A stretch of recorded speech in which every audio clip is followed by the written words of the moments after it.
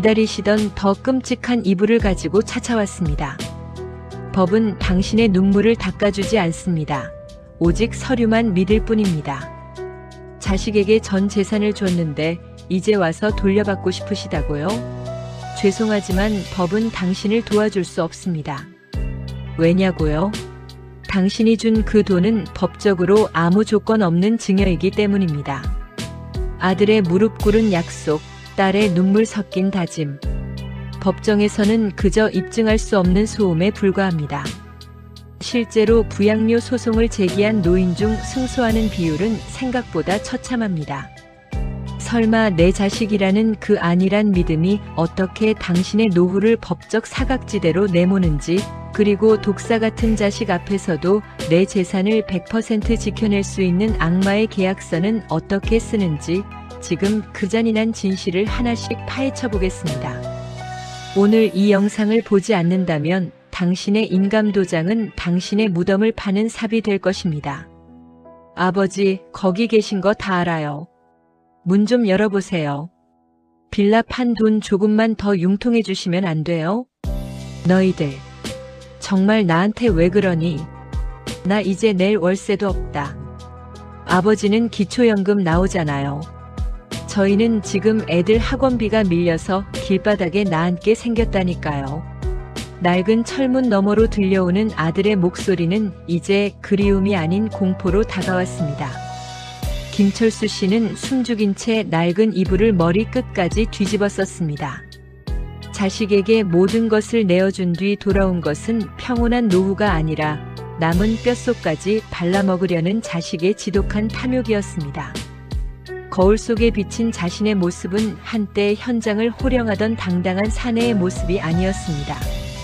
눈가는 움푹 패고 자식에게 돈을 주지 못해 죄인처럼 숨어 지내는 초라한 노인만이 남아있었습니다. 부모가 경제력을 잃는 순간 가정 내에서의 발언권과 존엄성은 처참하게 무너집니다.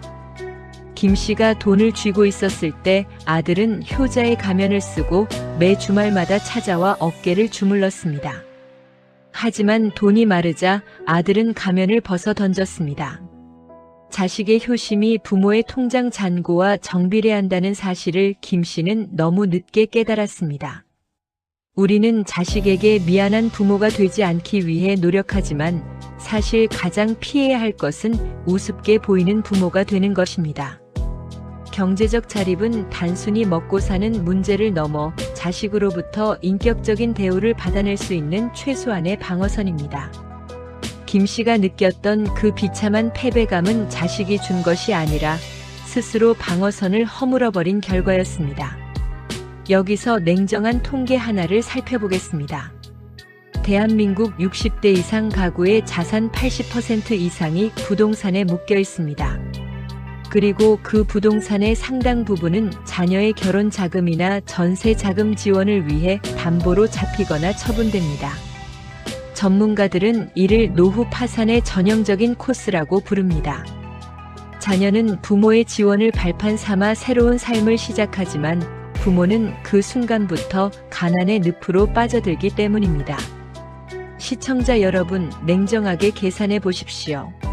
자녀의 결혼식에 1억 원을 지원하는 것이 과연 자녀를 위한 길일까요? 그 1억 원은 당신이 80세 이후 10년 동안 품위 있게 생활할 수 있는 소중한 생존 자금입니다. 부모가 무리하게 지원해서 자녀가 번듯하게 시작한들 훗날 부모가 병들고 가난해져서 자녀에게 짐이 된다면 그것은 자녀에게 더 큰 불행을 안겨주는 꼴이 됩니다.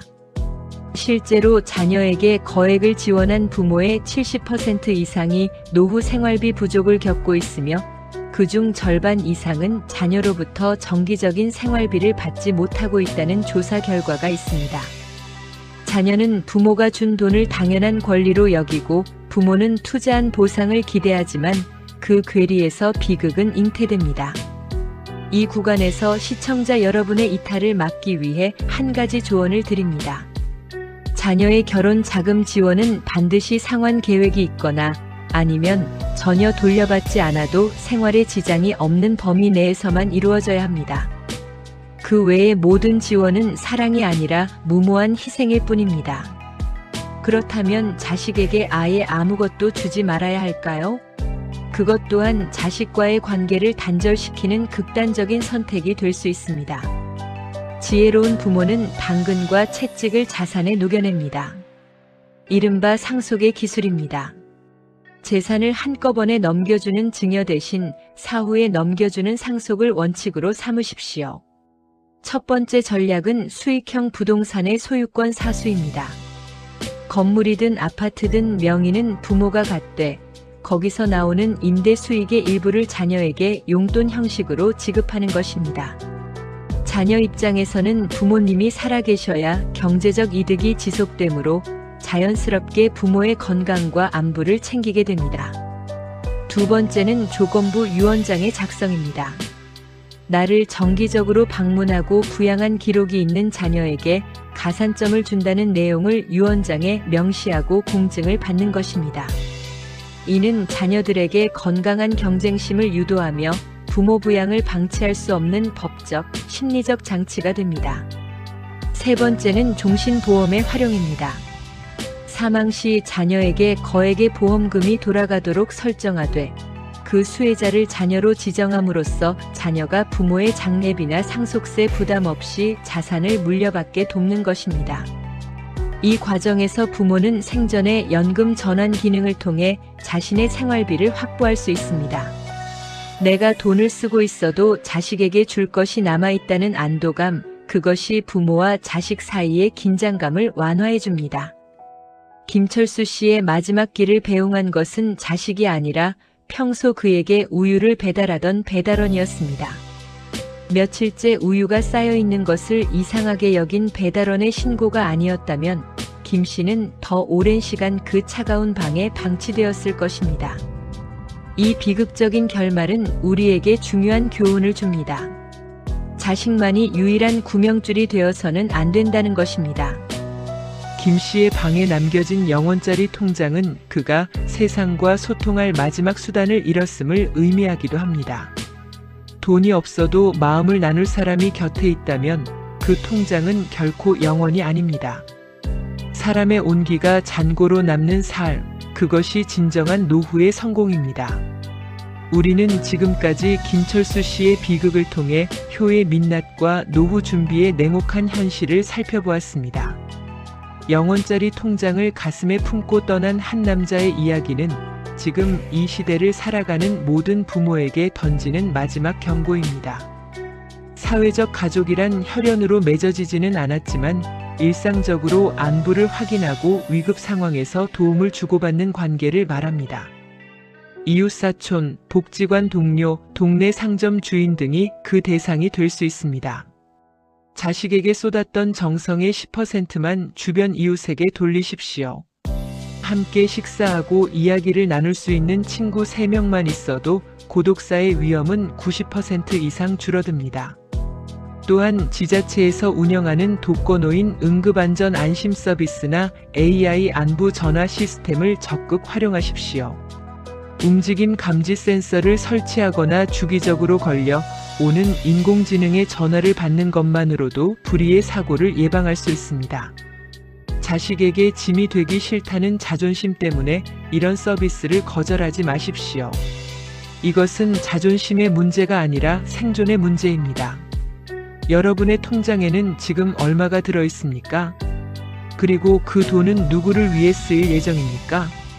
자식에게 모든 것을 주고 빈 통장을 남기는 것이 숭고한 희생으로 칭송받던 시대는 지났습니다.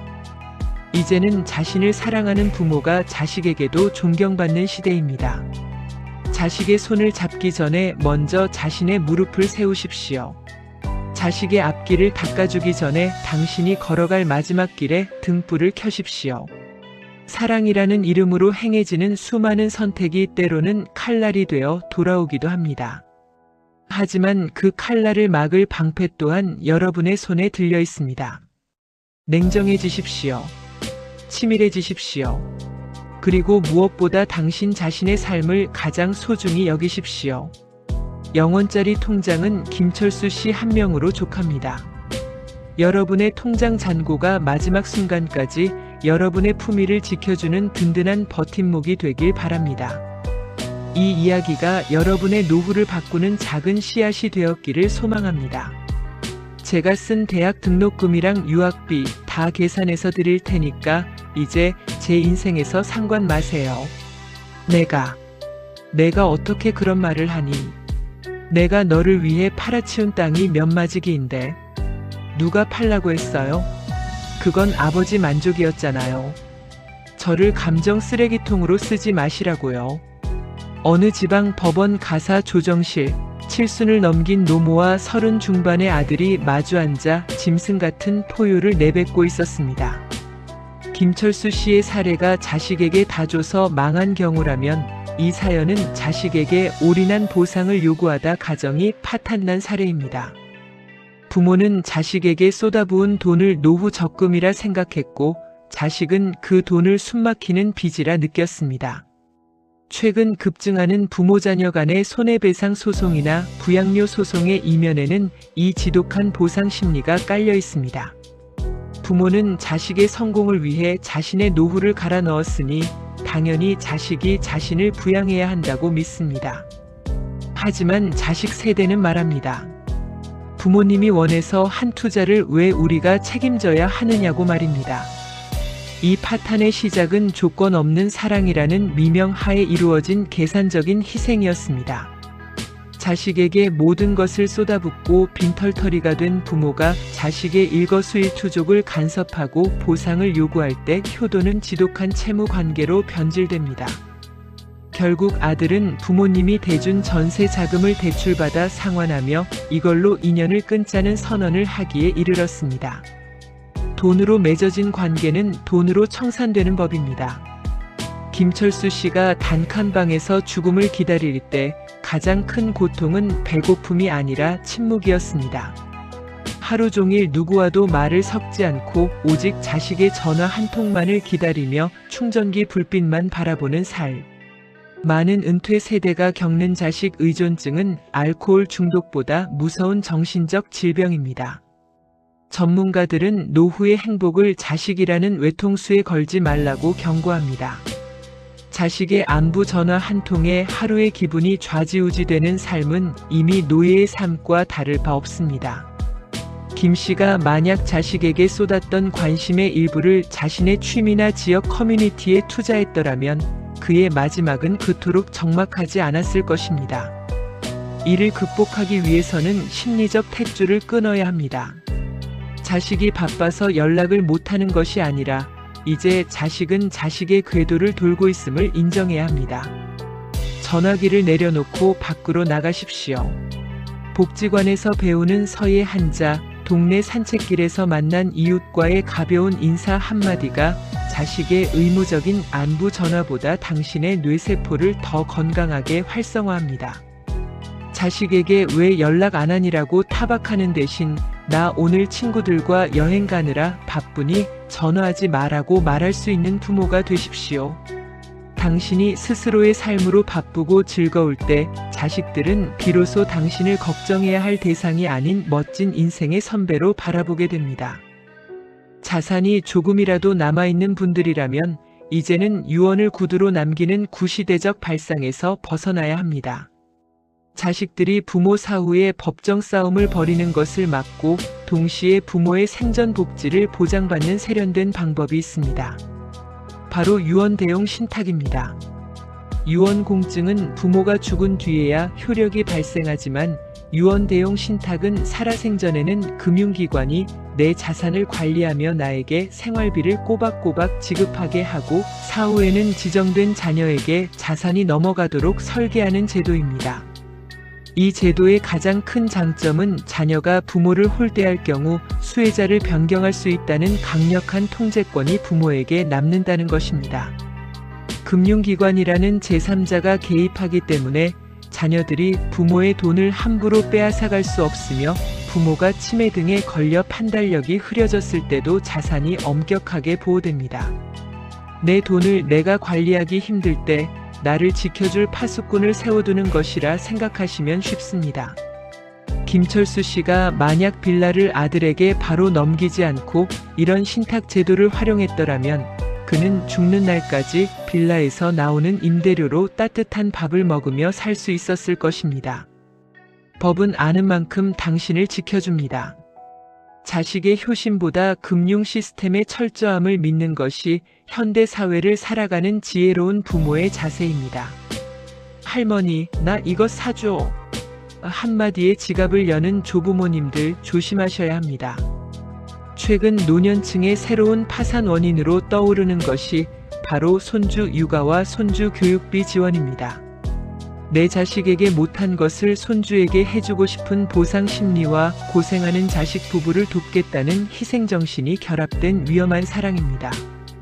맞벌이 자녀를 위해 황혼 육아에 뛰어든 노인들은 육체적 골병뿐만 아니라 경제적 손실도 감수합니다.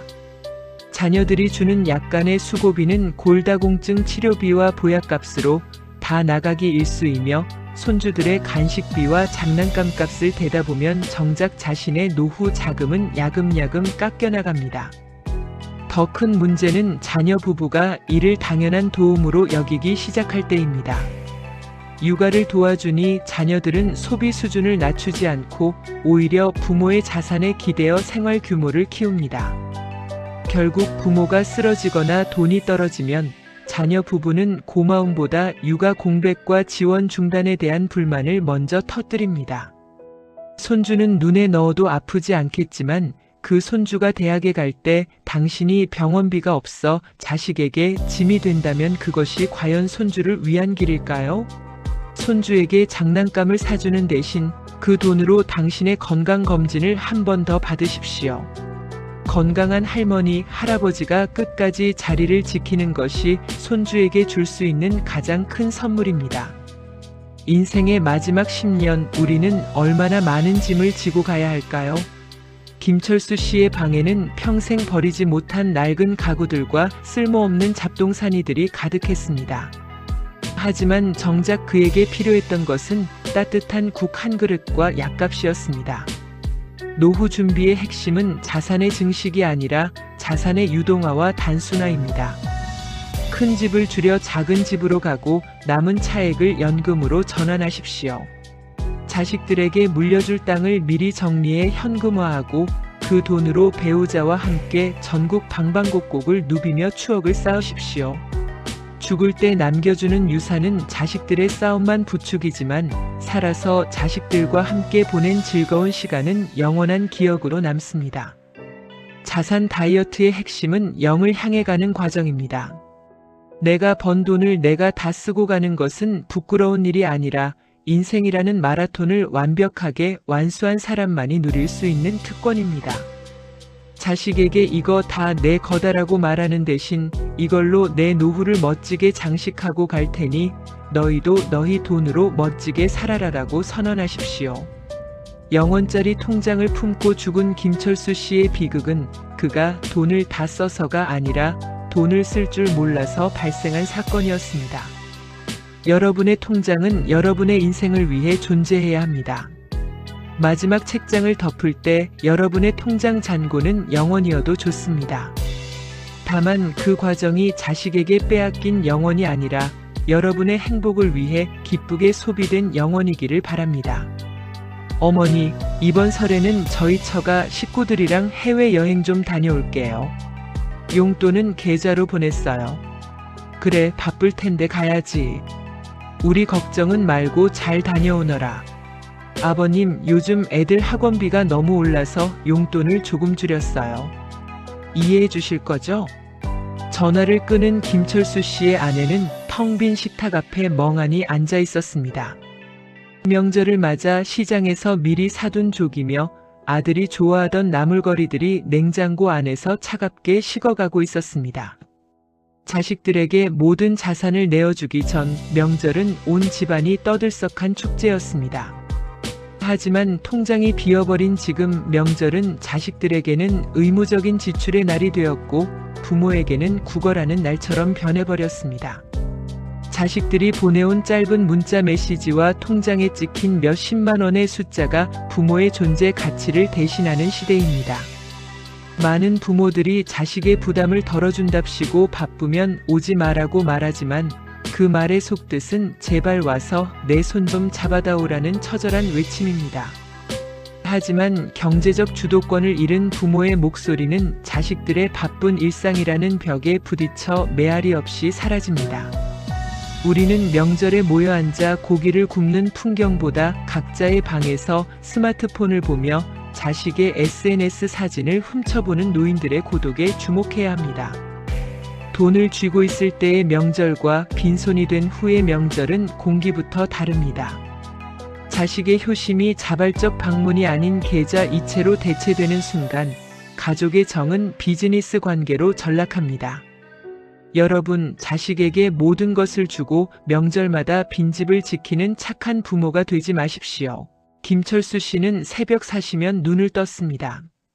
한때는 수십 명의 인부들에게 일당을 나눠주던 그였지만 이제는 동네 편의점 뒤편에 쌓인 파지를 줍기 위해 남들보다 먼저 길을 나서야 했습니다. 아들에게 빌라를 넘겨준 뒤 남은 것은 월세 30만 원짜리 단칸방과 기초연금뿐이었기에 약값과 공과금을 내고 나면 손에 쥐는 돈은 단돈 몇천 원이 전부였습니다. 폐지를 가득 실은 수레를 끌며 그는 길 건너 화려한 아파트를 바라보았습니다. 자신이 아들에게 사주었던, 지금은 아들 가족이 웃으며 살고 있을 그 집입니다. 아들은 아버지가 폐지를 줍는다는 사실을 알면서도 모른 척했습니다. 체면 깎이게 왜 그런 일을 하세요라는 핀잔이 아들이 보낸 유일한 관심이었습니다. 자존심은 허기를 이기지 못했고 부성애는 배신감에 마모되어 갔습니다. 이것이 대한민국 실버 푸어의 적나라한 현실입니다. 평생을 성실하게 일했음에도 불구하고 자산 배분의 실패로 인해 노년의 품위를 상실한 채 생존 투쟁에 내몰리는 노인들이 너무나 많습니다. 폐지를 줍는 노인들 중 상당수가 한때는 번듯한 직장인이었거나 자영업자였다는 사실은 우리에게 시사하는 바가 큽니다. 노후의 가난은 단순히 돈이 없는 상태가 아니라 인간으로서의 존엄이 무너지는 과정입니다. 김 씨가 수레를 끌며 삼킨 것은 먼지가 아니라 자신의 자부심이었습니다. 자식에게 너희만 잘 살면 된다며 자신의 노후를 포기한 대가는 이토록 가혹했습니다. 여러분의 손에 든 것은 자식의 미래입니까? 아니면 여러분의 마지막 자존심입니까? 통계청 자료에 따르면 대한민국의 노인 빈곤율과 자살률은 OECD 국가 중 압도적 1위입니다. 그 원인의 중심에는 경제적 빈곤과 사회적 고립이 자리 잡고 있습니다. 특히 자식에게 모든 재산을 증여한 뒤 버림받았다고 느끼는 노인들이 겪는 우울증은 일반적인 우울증보다 훨씬 치명적입니다. 이를 상실감에 의한 화병이라고도 부릅니다. 김철수 씨가 마지막으로 품고 있던 영원짜리 통장은 그가 세상을 향해 보낸 무언의 시위였습니다. 나는 최선을 다해 사랑했는데 왜 내 손에는 아무것도 남지 않았나라는 질문에 대한 비극적인 답이었습니다. 우울증은 조용히 찾아오지만 그 끝은 김 씨처럼 차가운 방에서의 고독사로 이어집니다. 주변을 돌아보십시오. 갑자기 외부 활동을 줄이거나 자식 자랑이 끊긴 친구가 있다면 위험 신호일 수 있습니다. 경제적 파산은 심리적 파산으로 이어지고 이는 결국 삶의 의지를 꺾어버립니다. 자녀들은 부모의 우울증을 나이 들면 다 그런 것이라며 치부하지만 그것은 사실 부모가 보내는 마지막 구조 신호 SOS일지 모릅니다. 이 구간에서 우리는 냉정하게 인식해야 합니다. 자식에게 재산을 물려주는 것이 자식의 앞길을 열어주는 것이 아니라 부모를 죽음으로 내모는 방조죄가 될 수도 있다는 사실을 말입니다. 부모가 경제적으로 독립되어 있을 때 정신적 건강도 유지된다는 사실은 수많은 연구 결과가 증명하고 있습니다. 자식들은 부모의 돈을 꺼내갈 때 세상에서 가장 불쌍한 표정을 짓습니다. 이번만 도와주시면 정말 효도할게요. 손주 녀석 학원비가 없어서 애 기가 죽어요. 같은 말들은 부모의 심장을 정면으로 겨냥합니다. 이때 필요한 것은 단호하지만 부드러운 거절의 기술입니다. 첫째, 나도 돈이 없다고 말하는 대신 내 노후 자금은 이미 연금으로 묶여서 뺄 수가 없다고 시스템에 핑계를 대십시오. 주택연금이나 연금저축처럼 매달 일정액만 나오는 구조로 자산을 재편해두면 자식들이 큰 돈을 요구할 명분이 사라집니다. 마음은 간절하지만 법적으로 방법이 없다는 말은 자식과의 감정 소모를 줄여주는 최고의 방패입니다. 둘째, 거절의 이유를 자식의 자립심과 연결하십시오. 내가 지금 너를 도와주는 것이 내가 스스로 일어설 기회를 뺏는 것 같아 걱정된다는 논리를 세우십시오. 자식을 사랑하기 때문에 주지 않는다는 명분은 부모 스스로에게도 죄책감을 덜어주는 효과가 있습니다. 셋째, 작은 도움은 주되 큰 뿌리는 건드리지 마십시오. 가끔 손주 용돈을 주거나 가족 식사비를 내는 정도로 부모의 건재함을 보여주되 집 담보대출이나 거액의 사업 자금 지원은 내 생명줄이라며 선을 그으십시오. 거절은 순간의 미안함이지만 승낙은 평생의 후회가 될 수 있음을 명심하십시오. 김철수 씨가 딱 한 번만 안 된다고 말했다면 그의 통장은 영원히 되지 않았을 것입니다. 다행히 모든 부모가 김철수 씨와 같은 길을 걷는 것은 아닙니다. 여기 자산을 끝까지 지켜낸 박 노인의 사례를 주목해 봅시다. 그는 아들의 사업 자금 요청을 냉정히 거절하고 대신 자신의 빌라에서 나오는 월세로 아내와 함께 해외여행을 다니며 복지관에서 댄스를 배웠습니다. 아들은 처음엔 서운해했지만 스스로의 힘으로 고비를 넘겼고 지금은 건강하고 활기찬 부모님을 보며 진심으로 존경을 표합니다. 돈을 쥐고 있는 부모는 여유가 있습니다. 그 여유는 자식들에게 인자함으로 나타납니다. 용돈을 구걸하는 부모가 아니라 손주들에게 스스럼 없이 피자를 사줄 수 있는 할아버지는 가족 내에서 최고의 인기인입니다. 박 노인은 말합니다. 내가 내 돈을 지켰기에 자식과의 관계도 지킬 수 있었다라고 말입니다. 인생의 황혼기는 희생의 계절이 아니라 수확의 계절이어야 합니다. 평생 뿌린 씨앗을 자식들이 다 가져가게 두지 마십시오. 여러분이 그 열매를 충분히 맛보고 남은 것을 나누어 주는 것이 자연의 이치입니다.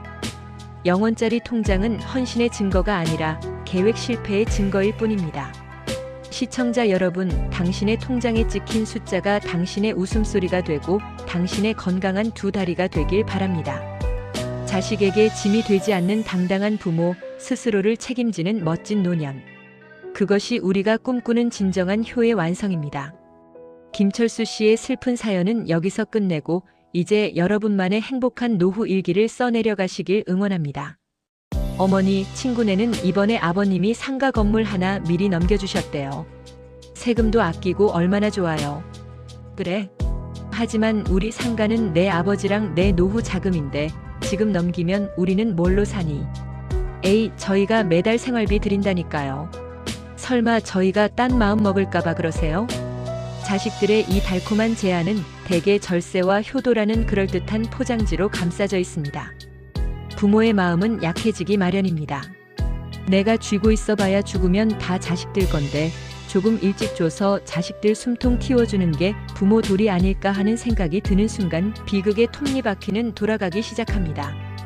김철수 씨 역시 아들의 사업이 이번 한 번만 넘기면 대박이라는 호언장담에 속아 빌라를 넘겼을 때 그것이 자신의 마지막 안식처를 파괴하는 행위라고는 꿈에도 생각지 못했습니다.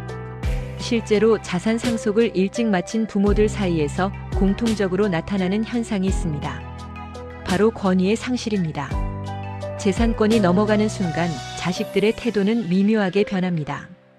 간절했던 부탁은 당연한 권리가 되고 정기적이었던 방문은 바쁘다는 핑계로 줄어듭니다. 재산은 자식에게 부모를 모셔야 할 이유가 아니라 이미 획득한 전리품이 되어버리기 때문입니다. 부모님들께 묻고 싶습니다. 당신이 자식에게 재산을 넘기는 이유가 진정 자식을 위해서입니까? 아니면 자식의 눈치를 보기 때문입니까? 만약 후자라면 그 증여는 결코 성공할 수 없습니다. 자식은 부모의 약점을 본능적으로 알아차립니다. 내가 돈을 쥐고 있을 때 자식이 보여주는 그 극진한 효도가 가짜일까봐 두려우신가요? 차라리 그 가짜 효도라도 받으며 따뜻한 밥을 먹는 것이 다 내어주고 찬 방에서 진실한 고독을 씹는 것보다 100배는 낫다는 사실을 냉정하게 받아들여야 합니다. 대한민국의 많은 노인이 생애 마지막 5년에서 10년을 병상에서 보냅니다. 이때 가장 비참한 현실은 내가 갈 병원을 내가 정하지 못한다는 것입니다. 김철수 씨가 쓰러졌을 때 그는 자신의 의사와 상관없이 가장 저렴한 공동 간병실이 있는 요양병원으로 보내졌습니다. 기저귀 갈아주는 시간이 정해져 있고 옆 침대 환자의 비명소리에 밤잠을 설치며 면회 오는 자식의 시계만 쳐다봐야 하는 곳이었습니다. 하지만 반대의 경우도 있습니다. 자신의 연금과 자산을 지켜낸 이들은 입소가 아닌 선택을 합니다. 호텔급 시설을 갖추고 전문 의료진이 24시간 상주하며 영양사가 짜준 균형 잡힌 식사를 제공하는 실버케어 시설은 자식의 효심으로 가는 곳이 아닙니다. 철저히 본인이 지불한 비용에 따라 서비스의 질이 결정됩니다. 돈이 있는 노인은 병원에서도 VIP 고객 대접을 받지만 자식의 결제만 기다리는 노인은 골치 아픈 환자일 뿐입니다. 자식들은 말합니다. 아버님, 요즘 요양병원은 다 비슷해요. 여기가 공기 좋고 편해요. 하지만 그 말 뒤에 숨겨진 진실은 여기가 저희 형편에 맞는 가장 싼 곳이에요일 가능성이 높습니다. 자식을 원망하지 마십시오. 자식들도 자신의 가정을 지켜야 하는 생활인입니다. 타인의 주머니에서 나오는 돈으로 최고의 대우를 기대하는 것은 애초에 불가능한 욕심입니다. 노후의 병원비와 간병비는 자식에게 상속해줄 유산에서 미리 떼어놓아야 할 내 생명값입니다. 김 씨가 빌라를 팔아 아들에게 주기 전에 자신의 간병비로 1억 원만 따로 묶어두었더라면 어땠을까요? 아들은 그 1억 원을 지키기 위해서라도 혹은 그 돈이 탐나서라도 아버지를 더 극진히 보살폈을 것입니다. 돈은 노년의 건강을 보장해주지는 못하지만 아플 때 최소한의 인간다운 대우는 보장해줍니다. 은퇴한 부모들의 지갑을 가장 빠르게 거덜내는 것은 자녀의 결혼 자금보다 더 무서운 자녀의 창업 지원입니다. 취업난이 심각해지면서 직장 생활하느니 내 장사하겠다며 부모에게 손을 벌리는 자녀들이 늘고 있습니다. 아버지 퇴직금으로 치킨집 하나만 차려주세요. 제가 매달 이자보다 더 많이 드릴게요. 이 말은 노후 파산으로 가는 고속도로 하이패스나 다름없습니다. 통계에 따르면 자영업자의 5년 생존율은 20%를 밑돕니다. 즉, 자녀에게 차려준 가게 10곳 중 8곳은 5년 안에 문을 닫는다는 뜻입니다.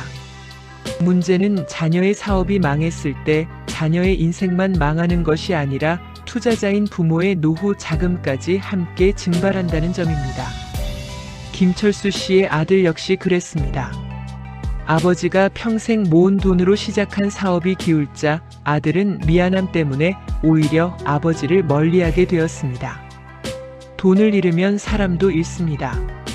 부모의 전 재산이 들어간 사업이 실패하면 자녀는 극심한 죄책감에 시달리다 결국 부모와의 연락을 끊는 선택을 하기도 합니다. 부모 입장에서는 돈도 잃고 자식도 잃는 최악의 상황이 벌어지는 것입니다. 냉정하게 들리겠지만 자녀가 사업 아이템을 가져오면 은행에서 대출받아 와라. 내가 이자를 낼 능력이 되면 그때 내가 보증 정도는 고민해 보마라고 말해야 합니다. 은행도 빌려주지 않는 돈을 부모가 빌려주는 것은